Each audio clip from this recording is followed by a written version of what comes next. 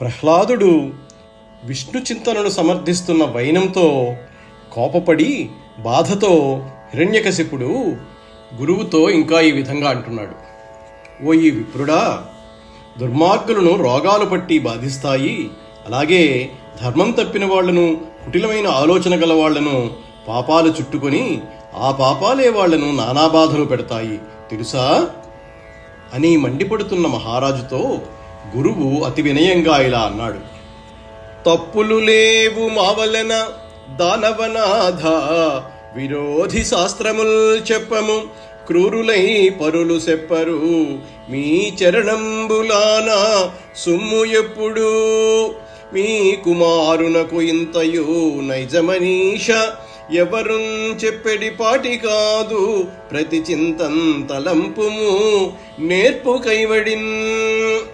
రాక్షసరాజా, మా యందు దోషము లేదు. శత్రువులకు సంబంధించిన సమాచారం ఏదీ మేము దుర్బోధ చెయ్యలేదు. మీ పాదాలపై ప్రమాణం చేసి చెప్తున్నాము, పరులెవ్వరూ బోధించలేదు. ఇదంతా మీ కుమారునికి నైజగుణంగా ఏర్పడిందే కాని ఎవరూ నేర్పించినది కాదు. దీనికి ప్రతిక్రియ నీ నైపుణ్యంతో ఆలోచించవలసిందే కాని వేరు మార్గం లేదు. మిత్రులము పురోహితులము పాత్రులము మేము, అదియుగాక భార్గవులము, నీ పుత్రుని ఇటువలె చేయగా శత్రులమే, దైత్య జలధి చంద్రమా వింటే. మహారాజా, మేము నీకు పూర్వం నుంచి స్నేహితులము, పురోహితులము, నీ దయకు పాత్రులము, అదీకాక భృగువంశీలము. మేము మీకు మేలు కోరేవారమే కాని నీ కుమారునికి ఇలా బోధించటానికి మేమేమన్నా శత్రువులమా చెప్పు. ఆ విధంగా గురువు అనేటప్పటికీ హిరణ్యకశిపుడు ఆయనపై ఆగ్రహం మానుకొని కొడుకును చూచి ఈ విధంగా అన్నాడు. వజ్జలు సెప్పని ఈమతి మత్ జాతుడవైన నీకు, మరి ఎవ్వరిచే ఉజ్జాతమయ్యే బాలకా, తజ్జనులన్ పేరుకొనుము తగనామ్రోలన్. వారా, గురువులు చెప్పని ఈ బుద్ధి నీకు మరెవరైనా నేర్పారా? నా వంటి వానికి, అంటే దేవతల విరోధికి జన్మించిన నీకు ఇటువంటి లక్షణాలు అలవడడం దుర్లభం. ఆ ఇతరులెవరో వాళ్ల పేర్లు నా ఎదుట చెప్పు. అచ్చపు